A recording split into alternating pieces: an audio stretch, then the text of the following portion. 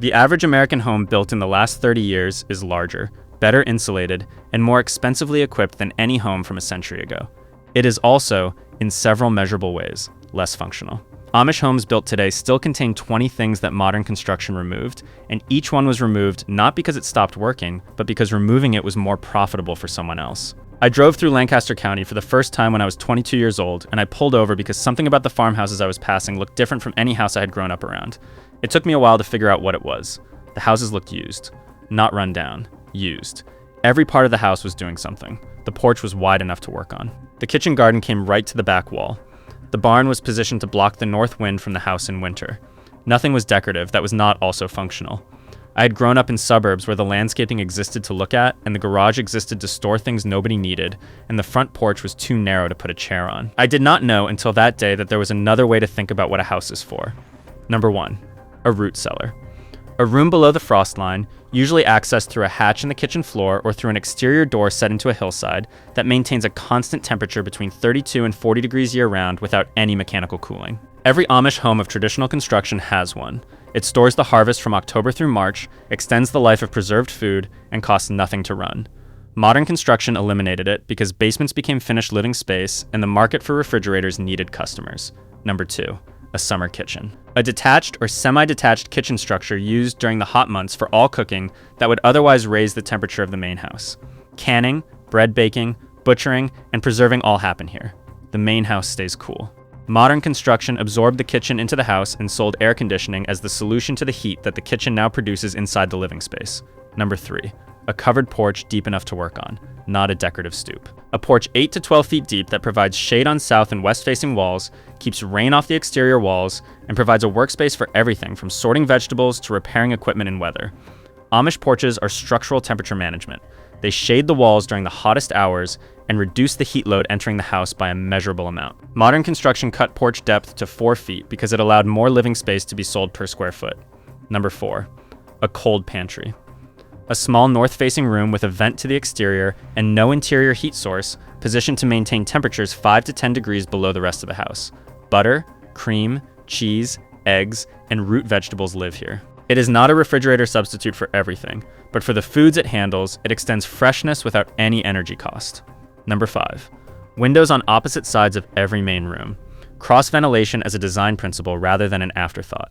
When windows on the north and south walls of a room can both be opened, air moves through the room without a fan. Amish homes in Pennsylvania are built with this as a non-negotiable feature. Modern construction optimizes for square footage and window placement follows exterior aesthetics rather than airflow logic. Number 6. High ceilings in living spaces. Hot air rises. A ceiling at 10 or 11 feet gives warm air somewhere to go that is above the living zone. The air at the level where people sit and sleep stays cooler than in a room with an 8-foot ceiling. The standard 8-foot ceiling in modern construction saves on materials and heating costs in cold months while making the house measurably hotter in warm months. Number 7. A wood stove or masonry heater in the central living area. A single heat source positioned in the center of the house radiates warmth in all directions and heats the mass of the walls and floors, which then radiate heat back after the fire dies down. Amish masonry heaters burn for 2 to 3 hours in the morning and keep the house warm through the day on stored thermal mass. Modern forced air systems cycle on and off throughout the day, heating and cooling air rather than mass, and stop working entirely when the power goes out. Number 8. A sewing and mending room or corner. A dedicated space for the repair and maintenance of clothing with good natural light, a work surface, and everything needed to mend, alter, and extend the life of fabric. Not a craft room for occasional use. A working station used weekly because clothing is repaired rather than replaced. The economic value of this space, measured in what it saves on clothing replacement, is significant across the life of a household. Number 9. A kitchen garden within 10 steps of the back door, not an ornamental garden at the edge of the property. A productive vegetable bed positioned so that harvesting takes 30 seconds between a pot on the stove and fresh herbs or greens in the kitchen. Amish kitchen gardens are positioned for function. The walk from the back door to the nearest food source is measured in steps, not minutes. Number 10. Tool storage organized for use rather than concealment. Every Amish barn and workshop stores tools where they can be reached in the order they are most commonly needed, within arm's reach of the work they are used for.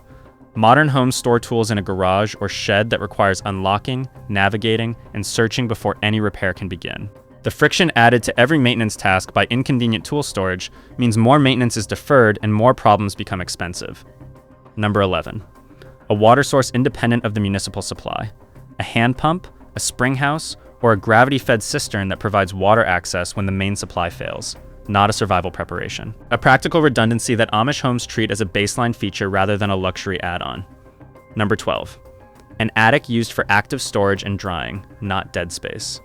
Drying herbs, storing preserved food, hanging dried flowers and seeds, and keeping seasonal items accessible rather than buried. Attics in Amish homes are working rooms. Modern attics are insulated crawl spaces that cannot be easily accessed and are too hot to use for anything seasonal. Number 13. A composting area adjacent to the kitchen garden. Kitchen waste goes directly to compost, which goes directly to the garden that feeds the kitchen. The loop is short and managed daily rather than occasional. Modern waste management routes kitchen organic waste to landfill, while garden centers sell back compost made from someone else's kitchen waste. Number 14. Exterior shutters that actually close. Wooden shutters hinged to close over windows, sized to fit, and used to manage light, heat, and storm exposure. Not decorative vinyl shutters nailed flat to the siding that cannot move. Functional shutters on west and south windows closed during afternoon hours reduce interior temperature measurably and protect glass from hail and storm debris. Number 15. A clothesline. A length of cord or wire where wet laundry is hung to dry in sun and wind. The sun bleaches and sanitizes. The wind softens. The energy cost is zero. The result on sheets and towels is better than a dryer. Modern neighborhoods ban clotheslines through HOA restrictions because they are considered aesthetically undesirable. The aesthetic argument won over the functional one. Number 16. A larder or walk-in pantry stocked with 6 months of provisions, not emergency prepping, normal Amish household management. Flour, cornmeal, dried beans, canned goods, preserved vegetables, lard, and dried fruit stocked and rotated continuously so the household can absorb disruptions to supply without a grocery run. Most modern homes have 3 to 5 days of food on hand at any given time. Number 17. Storm windows that can be installed seasonally. A second layer of glass or glazing added to the exterior of windows in late autumn and removed in spring. They add an insulating air gap between panes, reduce heat loss through glass significantly, and cost a fraction of replacing windows with thermally insulated units. Amish households have used them for over a century. Number 18.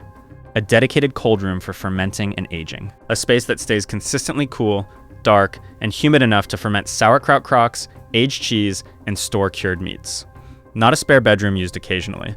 A working cold room that is part of the house's food production infrastructure. Number 19.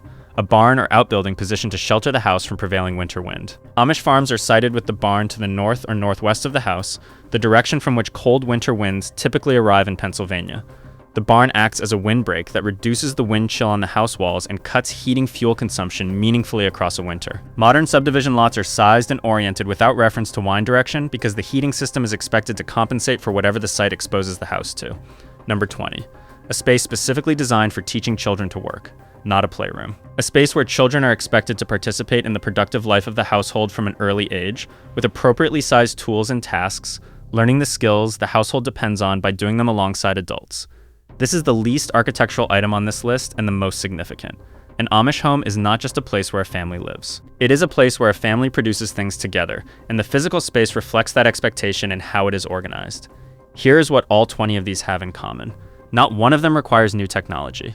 Not one of them requires a significant financial investment compared to the modern substitutes that replace them. Every one of them was a practical solution developed over generations of people who could not afford for a system to fail and who had to solve problems with what was available on the land they lived on. They were not replaced because they stopped working. Most of them were replaced because the industries that grew up around their replacements needed customers. A modern home that incorporated even half of these 20 things would cost less to run, produce less waste, last longer between repairs, and perform better in any kind of supply disruption than the average American home built today. Not because old ways are always better. Because these specific solutions address real physical problems with real physical answers that no appliance, subscription, or service has ever improved on. Subscribe because the next video covers the 25 meals that came out of this kind of household, the food that fed Amish Pennsylvania through 2 centuries of hard winters, and what it would cost to make that same food today. Tell me in the comments which of these 20 your own home currently has, and which one you think would make the biggest difference to your daily life, because that tells me which to go deeper on first.